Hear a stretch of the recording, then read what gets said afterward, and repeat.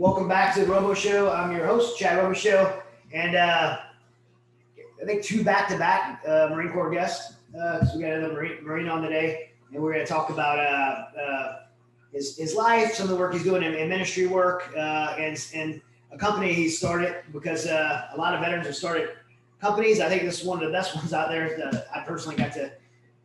I'll talk about some of that. But personally, got my hands on some of the gear, and but David Wood is a former Marine. He was in intelligence community. He's worked extensively in and out of the Marine Corps in Southeast Asia, doing intelligence work, also with his nonprofit work as well. And has tons of accolades and stuff like that from the Marine Corps. But one of the things he's done in his life is started this company called Virtuous Outdoor Group, which is bog clothing, and he sent me a bunch of it. And I'm not saying this because he's on and we're doing a show. I'm saying this because it's true. I don't know, blow smoke up people's butts when it comes to stuff like this. This gear, like when I took it out of the box and grabbed it, the most quality gear, like the most quality clothing. I'm making like Patagonia and some of the name brand outdoor gear. The quality of this gear, the materials and stuff like that, the construction of it was like, man, this is really good stuff. So I wanted to bring on and talk about his company, but also just talk about his life. So we'll do all that today. I hope you'll stay tuned in. I think it's going to be a great conversation. David, thanks for coming on. Thanks for having me, brother. Where you at right now? I'm in Knoxville, Tennessee, back in the homeland. For a world traveler like you are, you're in Knoxville, Tennessee. Yes, sir. So that's where you're from, and what you're looking at. You said you're looking at moving back to the States. You've been living overseas, looking at moving back to the States, and we're talking about you saying it's not so bad as you thought it was going to. Amen. Yeah, exactly. I went in the Marine Corps in '99. I went in 0311, and then was chosen to go SRIG, which is Surveillance Reconnaissance Intelligence Group. Sure, you worked with a lot of the GSP guy, ground sensor platoon, 03s, and comm guys. SCAMP guys too? Is it same as SCAMP? Yeah. Right. Scampers. Yep. I think they're GSP now or something else. It seems to change every couple of years, but we went in, it was SRIG, and then when I got out, it was SCAMP, and the guys that are in now, I think it's GSP, ground sensor platoon, something like that. So, but it was fun. I loved it. It was really small teams. Great to be with fellow 03s. Always great to get to learn some of the surveillance stuff and some of the techie stuff. Deployed to Panama to give back the Panama Canal. So we closed down Howard Air Force Base, Rodman Naval Base, and East and West Corps. That was great getting to go down there and train with those guys. I trained with the line platoons, and then I did 2 back-to-backs on the 26 MEU. And I was actually finishing a double CAX flying back to Jacksonville, North Carolina on 9/11. And so we went out and linked up with the Westpac that was already out there, and we're there for kind of the initial phase of Kandahar and the Rose Garden and all the fun stuff at the end of 2001. I got stop loss when I got back and got accepted to University of Tennessee, kind of went through up and down that deal, and eventually finally got released from active duty. Went to University of Tennessee here in Knoxville, big orange Vols. Used the GI Bill. VA was great to me. They paid me to go to school, had an amazing experience with the Montgomery GI Bill and the kicker, and studied double majored philosophy and religious studies, minored in Spanish, and just maxed out my hours full-time in the summers. Got done in 3 years, had a great VA rep at the school that helped me transfer all those, the DAMNIC schools, the Intel schools, the SRIG schools, mapping schools, even the 8000 series into credit. So it was great getting to kind of walk in and already have a year and a half under your belt from the Corps, from being a sergeant. And I was going to go into counseling and wanted to go work for Billy Graham's grandson, Tullian Shavidian, who'd been an assistant pastor for my father here at Cedar Springs in Knoxville, and get my degree in counseling and work with drug addicts and kind of younger guys that were coming out of the military and not knowing their path. And I was offered a job by a guy named Tom Henry right when I finished my finals to go and work with the Underground House Church in mainland, and to get to really do kind of on the ground scamp stuff. and do some really nice, really cool liaison stuff, and not just, focused in one aspect, but working with the underground house church, battling human trafficking, orphanages, at-risk people, unreached people groups. And it was God showing me his path. I mean, it was just, never had I dreamed of going out there. I didn't walk for graduation. I took the job immediately, and I was on a plane to Hong Kong a week later. And I've been in Hong Kong steadily until 2020. So I have my permanent residency there. We've got several companies there, and I got so into the extreme outdoor arena out there because I was going and kind of doing missions, and coming back into Hong Kong and having downtime as an extreme athlete, rock climber, canyoner, paragliding, diving, kind of all the fun stuff that I see the accolades on your wall behind you with. I wanted to start a clothing company. I got really immersed in fabrics and factories, and kind of getting to see what brands that I really liked: Arc'teryx, Patagonia, Lululemon, Mountain Hardwear, Black Diamond, kind of all these brands, and then getting to be at the hub factories that created them. I would spend a lot of time in Taiwan, and I got to kind of work firsthand on seeing the newest tech fabrics with infused graphene in them, with treatments down at the molecular level of the garment. When you feel a lot of our stuff and you wear it and you're getting outside in it where it's cold where you're at, you're seeing windproof, waterproof, breathability, durability, and dexterity. And that all goes down into kind of the compounds of the molecular level of the thread. So that's how I got into the fabric business. I mean, that's what I noticed right away, was the fabric felt different than, and we didn't plan this, by the way, if you're watching, we have the same shirt on right now. You fill it up a little bigger than mine, than I do. You're a little more muscular than me, but I'm trying to fill it up. But man, the fabric is like, this one obviously is for like nice summer, cool. It's like super breathable, it's stretchable, which I like. I love. But then some of the more cold weather stuff is like, it's like it's ready to handle whatever. But you notice that you can get to your concealed carry in this. You can pop those buttons off. So every one of those buttons is a quick release snap. Yeah. You can roll the sleeves up and keep them out. I wanted to do handsome active wear that I could wear out and about and not, look like I was trying to look like Johnny Operator. Yeah. And really develop something that had little features that we could use tactically, and that I could use very well in a harness or with a, heavy riggers belt, drop holsters, whatever, but that I could also wear to my, to take my daughters to Muay Thai, or to take my family to dinner, or just be out and about in business casual. Yeah. I'm loving the shirt, man.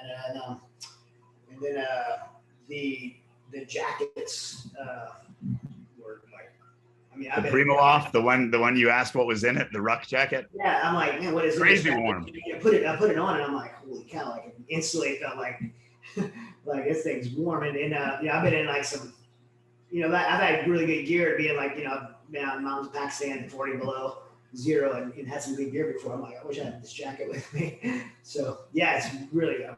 So what is it? Because I instantly felt the difference. I have a really good Columbia that I pay a lot of money for. It's 2 layers, and I put it on, and it doesn't feel near like as warm. When I put this on, it's like I instantly felt the difference. So what's it's a Primaloft microfiber. So it's basically it's a synthetic down. It's going to keep you warm whether the thing's submerged and soaked or regardless. Yeah.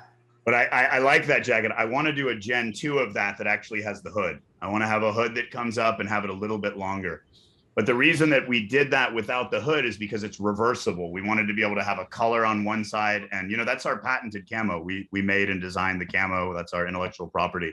But we wanted to be able to give the camo on one. And then if you're climbing and you get hurt, you definitely don't want camouflage on, because you do want to get rescued. So we put a solid color on the inside so you could reverse it out. And just in the, as we talked about in the civilian life, taking your wife on a date, taking your kids to the game, just to be able to wear casual. Yeah. When I travel, I love the durability and functionality of high-quality tactical clothing, which is why I love the products at Virtus Outdoor Group. They're both durable and functional. VOG is a veteran-owned and operated outdoor apparel company that produces only the highest quality gear. My friend David Wood is the owner. He's a Marine Corps veteran and avid outdoorsman who wanted to have the best equipment for his own adventures. So all of his products are built for the toughest environments. If you're looking for high quality outdoor gear and clothing for your next adventure, head on over to vogstore.com and get geared up for whatever your needs may be. Use promo code ROBO, ROBO, at checkout for 30% off of your purchase. Yeah, I'm always been super big advocate of quality gear. And I think a lot of veterans are too. Like, and I want to talk about this because you started Bog, and obviously it's a great company. And we're talking about how great the products and clothing are. But why do you think? I have my speculations. I want to hear your thoughts. Why do you think veterans are such entrepreneurs in the gear and clothing industry? And I'll give you my thought first, and you can hear yours. My thought is that we try out. We have to wait. One is we get stuck with military gear that typically sucks. So we're like, man, wouldn't it be better if they had if we could have something actually warm, or something that you get wet and you don't freeze to death, or so there's that side of it. But then too, you try other people's products and it's just not quite right. So like, well, I'll just do it myself. Is that? Brother, you absolutely nailed it. I mean, that's in a nutshell, that's exactly it. It was remembering wearing cotton BDUs in a triple canopy jungle in Panama, lugging around a bag of SIDS, IRIDs, and MAGIDs, seismic intrusion detectors, old school Vietnam era sensors. I was literally weighing 145 pounds wet as a PFC, trucking the heaviest old mountain ruck that was digging into my flesh. And my by the time I came off that deployment, I looked saltier than any of the NCOs in the rear, just from the salt and the sweat. And especially Marines, grunts, people don't understand when you say trench foot in the old jungle boots, or when you say real hard crotch lacerations and crotch rot and armpit rot. I mean, your body's falling apart. So that's all part of, at least in the old Corps, that was kind of all part of it. But when you see, when you get into extreme sports, I mean, you're a black belt in BJJ. I'm sure you know every single treatment and chemical and the best creme de la creme rash guards that you want to wear when you roll no gi, because the tech matters. Like it's night and day with the product.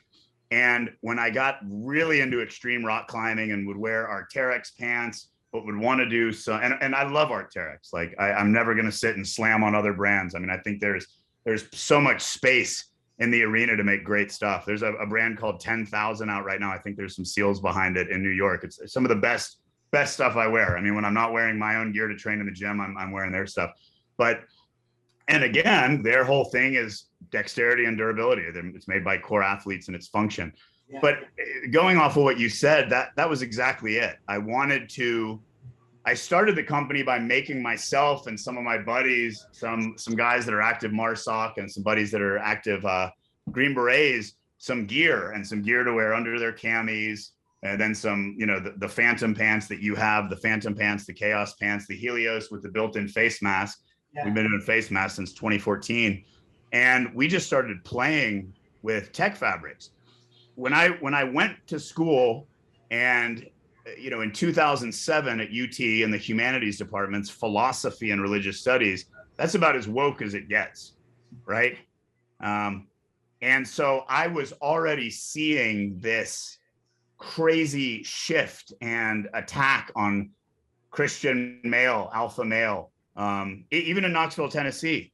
And I was just kind of seeing this attack that I was getting for saying I'm a Christian, I'm a father, I'm straight, I'm white. I'm not even fully white. I mean, my mom was Israeli, but I tick the box. It's you're an alpha white Christian straight dude. Like you're the Marine fresh back from Afghanistan. Like you're the enemy. And I just loved on everybody. I've never been one to just get quick to anger over silliness, especially when it's weak or broken people. But something that stuck with me was the warrior virtues, learning about the Roman centurions, as a Christian, learning about the people that my Lord and Savior, lived in their times. And virtus is Latin for warrior virtues.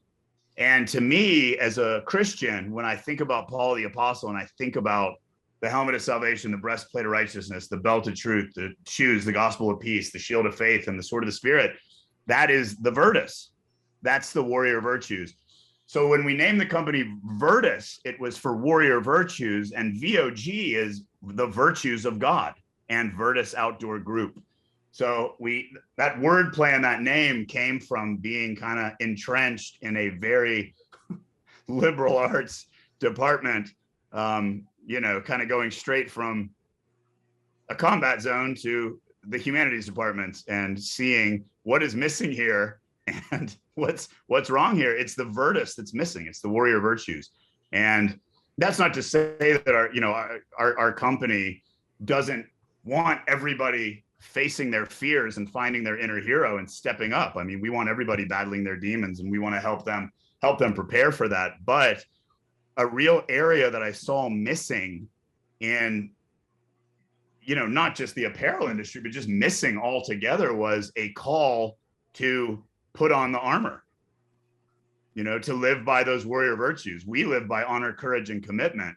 As Christians, we live by the fruits of the Spirit: love, joy, peace, patience, kindness, goodness, faithfulness, gentleness, and self-control. But it is that picture and that image to me of Paul, Saul of Tarsus, blinded on the road to Damascus, becoming Paul the Apostle, and writing the most beautiful epistles we have, and seeing this is the silent professional, this is the alpha, and this is the warrior. So that's where the name came from, and just being where God had me doing that mission work at the time enabled me to be in the path of getting spoiled with kind of the top tech factories, and not bringing factory owners to Christ in kind of blocked areas, but then having them be so excited to be involved with something with the U.S. military, because from a guy whose father was a corpsman in Vietnam, manufacturing stuff in Vietnam, being there, being a Marine, they love us. I mean, you would think we would be hated and ostracized, but they love us, especially South Vietnam and Saigon. They say America won the war in the South because we're mentally free. Yeah. So, it's just, it's beautiful. I've never gotten any hatred being a U.S. Marine, except in the humanities department and on social media. In Knoxville, yeah. Well, so you talked about your VOG gear with the military. Is there any relationship with your gear with the military yet?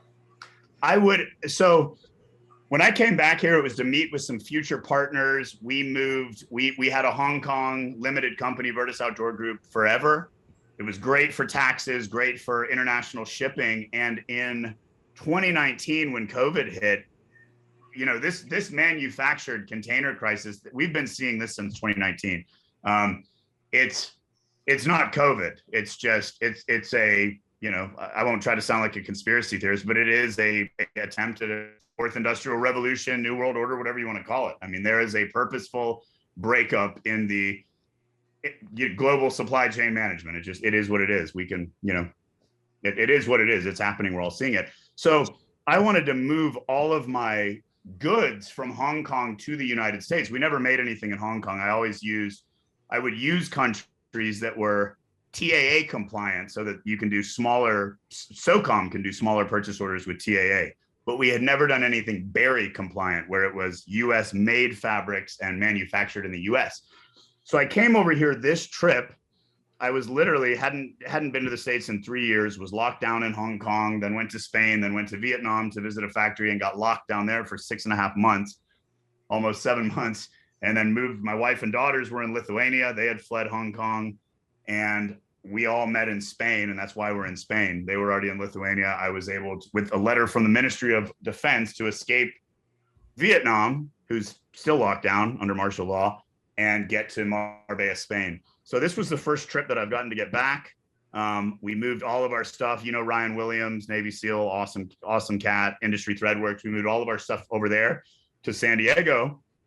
And I came to Tennessee, and a great friend of mine, I'm sure Mark Lonergren Hertel, he was a Force Recon Marine, then SEAL Team 4, then worked for GRS.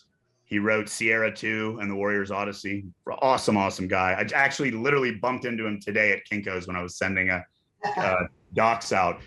He's had a factory here that does 4 million pieces a year, quarter mil monthly, and it's Berry compliant. They do all kind of the, top tier water welded seams, tent, sleeping system, Arctic warfare, the creme de la creme. And he got me a meeting with them, and I went in and met with them. Christian Cats, originally veteran owned, and they offered to run our entire line from here on out. And so I'm literally in the final development phase. I'll get my new 3-jacket system on Monday, and I'll take that to Abu Dhabi and test the heck out of it. But everything going forward is going to be made there. It'll be made in Tennessee. Fabrics from Rhode Island, from Brookwood, who does all the mil spec stuff for Berry compliant. And now that we shut down Hong Kong, we're a VOSB out of the US, out of Delaware. We can do contracts. So that's something you and I could definitely talk about offline. But we're now in the phase and capability of because of the legalities of Berry compliant MOD, DOD purchase orders. Yes, we're in that arena now. That's awesome, man. Congratulations on being there. God's path, brother. It's literally just been, it's been following his path, and I'm not a smart guy. So I've got a smart wife that keeps me in check, and I've got some really, really smart Marines that are our CFO is MBA Marine Brian Colt, several Marine 03 Salt Dog partners, and just got really good godly men, and a very smart wife guiding me. That's how I am at Mighty Oaks. I get a lot of credit for what we've accomplished at Mighty Oaks and running Mighty Oaks, but the truth is, I just got blessed to be surrounded by some really, really great team members and staff. Amen. Incredibly smart, capable people that help make it happen, and a life that keeps me on track. I do want to ask about your the missions work you do, and I know you can't share a lot about it, but you are still involved in missions work. What kind of work are you doing? What can we know about it? Well, the stuff that I'm involved in currently, we can talk about openly. A dear friend of mine, Diana Mao, the Know Me Network, her website is Buy Her Bag and Not Her Body. She was heavily involved. She's ABC, American-born Chinese, was living in New York. She just married a Marine. Now she's in Dallas, Texas. But her ministry has been, working with the State Department and working with the Thai government in Pakistan, government in India, and doing rescue work for minority, at-risk women and children, and doing the rescue work for women that have been forced into brothels, or even worse in Cambodia or Thailand, put in the, you've seen this, all the darkest of the dark pits. And not just working with, the pipe hitters that are doing the rescue, but what do you do with these people when they're out? And so her mission is really teaching them how to become self-sustainable again. So as far as us in the garment industry, and very dialed in with the Christian community, the mission community, Protestant church out of the States, we've linked up with her. We've linked up with the Mekong Club, battling human trafficking in Nepal. And the mission work from my church, Cedar Springs Presbyterian, has really been working with the underground house church movement in mainland. And that's from a perspective of training house church leaders, helping house church leaders get resources, helping movement leaders get out of the country to go to pastoral schools where they can be with, team ministry builders, and then really helping to do kingdom business to where people have legitimate reasons. The mission field, as I've seen it, as of lately, probably the biggest problem was just sending a bunch of Christians over with money. Yeah. Because it ruins people. It immediately it ruins somebody from a second or third tier city in China, or, any locked country, specifically China. The real power in being a Westerner is being able to bring a sustainable, viable business over, and really using that business as a kingdom business ministry tool, to where you're working with other executives and you're bringing them to your house, you're showing them your family, you're having a Bible study, you're really, you're feeding them Christ, and you're showing it to them in your life. So it's kind of our job as Westerners, you know, unless you're a Mormon on a mountain bike that speaks 6 dialects of mainland Chinese, which I've seen there, and it blew my mind. I was just like, good grief. I've got a translator here. I'm like this Presbyterian. Here come these 2 Mormon dudes speaking 16 tones of Putonghua and Kylie China. But yeah, those guys are on their own. They're on their own page. But you know, it's really training the locals that are already doing their jobs and then helping them and assisting them, getting them in and out. From my experience and what I saw there, I was jealous of the way that the Holy Spirit was moving in these underground house churches, because these people are getting killed.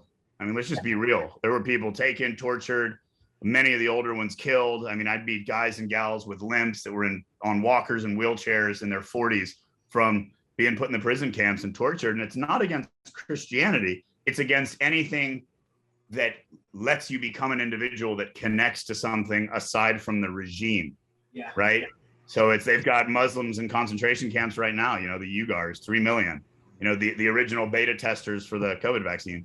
And so it's, you know, it's mainland is just, it's tough, but seeing people's faith, seeing, you know, Christianity under the gauntlet and watching the Holy Spirit move and people fearlessly, you know, embracing Christianity, it was eye-opening. And it's, you know, it's well, you know, I see it in America because there's just such, especially where I'm at in the South, in the Bible Belt. I mean, there's just so much, especially under the current administration. I mean, people are realizing very quickly, yeah, I guess better live by works. Yeah, Francis Chan wrote a book. Oh man, I got to meet him several times in Hong Kong. So when he shut down his church in California, he moved over to Hong Kong. I went to Island ECC, so he came, and you know Mike Powers, I'm sure. Yeah, I know who that is. Yeah. So Francis Chan's book, I'm looking it up right now because it's really about what you're talking about. And he's, let's see, it's called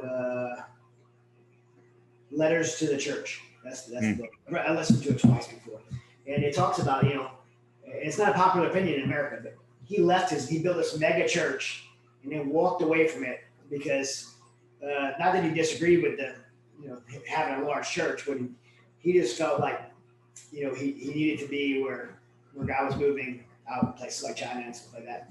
And the house church. He wanted to be in the house church and planting house churches. Yeah, exactly.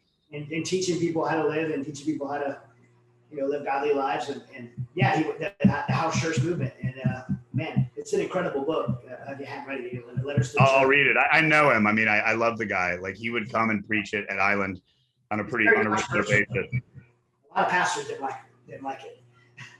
Oh, well, I mean, it's, you know, those who didn't like it, it's a look in the mirror, right? It's self-realization and what am I doing and why am I doing it?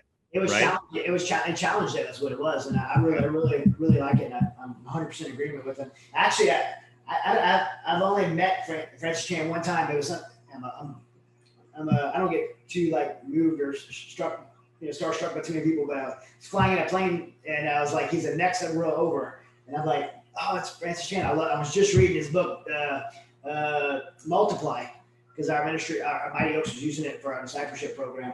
And I'm like, hey, you know, told them about Mighty Oaks and what we're doing. And I'm like, matter of fact, I've written a couple of books. I gave him, so I reached in my bag and I gave him a copy in Unfair Advantage. He's like, oh, wow. And he sat on the plane. And I'm like looking over at him. He's like blasting through it and read like probably about 75% of my book in a 3-hour flight. And then he leans over and he's like, this is actually really good. I'm like, oh, wow, actually really good. So, awesome. He's a great person in the faith right now. One of our leaders in our faith. Yeah, amen. Yeah, he's awesome with that. Well, it's awesome what you're doing too, man. I love hearing that people that are successful in business and life and giving it back to the kingdom, because that's where you know where it came from. Everything you have in your life right now, all your success you have comes from. Amen. Yeah, for sure. So, for sure.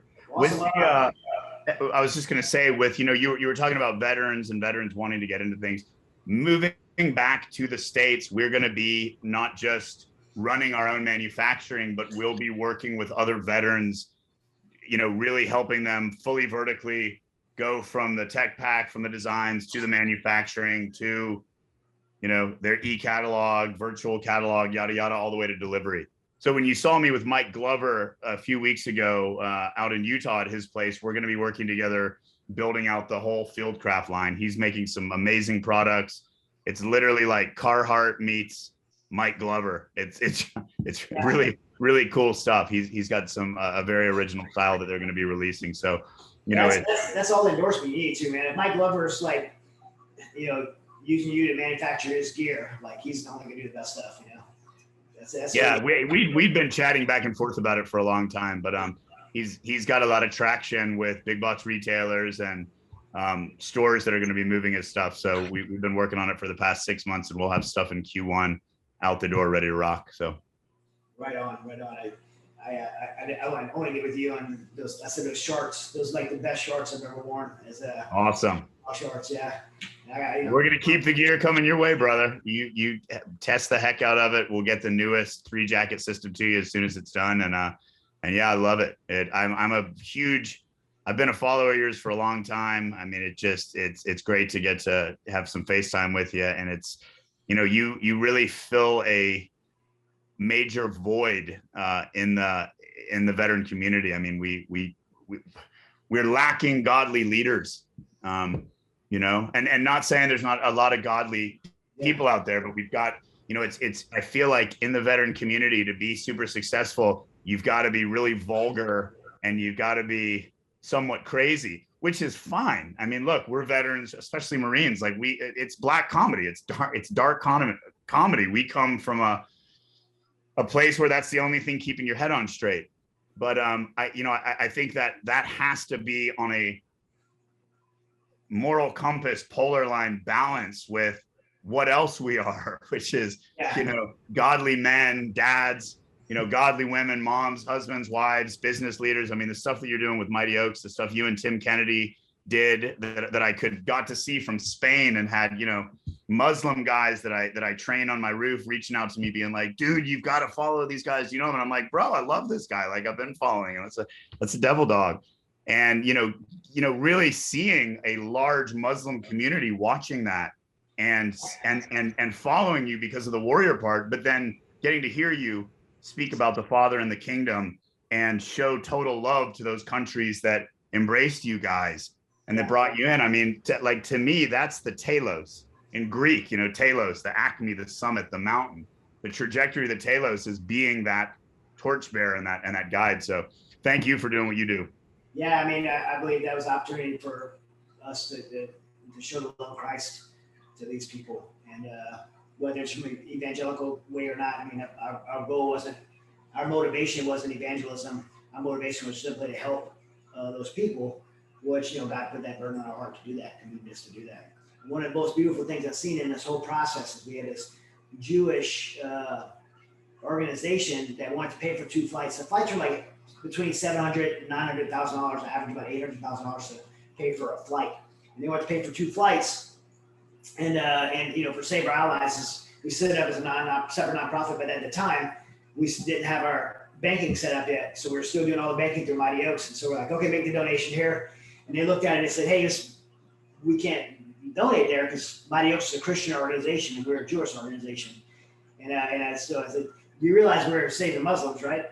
And they were like, oh yeah, okay, we're good. And so a Jewish organization donated to a Christian organization to rescue Muslims, which was to me comical, but also one of the most beautiful things in humanity you could see. And amen.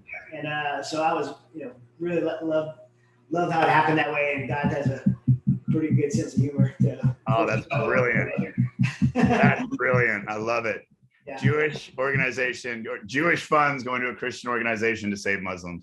That's the gospel, brother. Yeah, people, you know, doing the right thing for the people.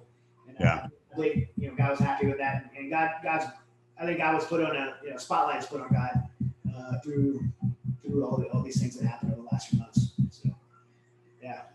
Well, next time I go out, if I go out again, I'll have some bog pants and I won't tear I tore my other pants up, man. I don't want to give the name brand because I don't want to bust on them, but there were some expensive pants, and they didn't handle the river rocks that we were trampling through in the middle of the night. They were shredded. Well, next time you go out, we'll outfit the team. You just get me the sizes, and we'll definitely do that. We've also got the desert camo as well that would be perfect in that arena, Pakistan, Afghanistan, that whole terrain. So we will definitely. That's a mission we will support. Right on, brother. Right on. Well, hey, thank you so much. How can the people listening get themselves in some Bob gear? Just go to the website, www.vogstore.com, vogstore.com. Right on. And if you're listening right now, I think we have a promo code, right? No, we got it. Robo, baby. Yeah, so promo code Robo, and you'll get a discount. I don't even want to say what the discount is because I don't remember. What's the discount? It's 30%. Yeah, so you guys get 30% off if you go to Vog Store, put in promo code Robo, my nickname. All caps, ROBO, all caps. And you'll get 30% You got it. off. Right, and I'm going to get some more stuff as well. So awesome. All right, guys. Thanks for listening. Go follow this guy on David Wood on Instagram, and also follow Vog. They have their own Instagram page, and check out some of their gear. You'll love it. Thanks. See you next week.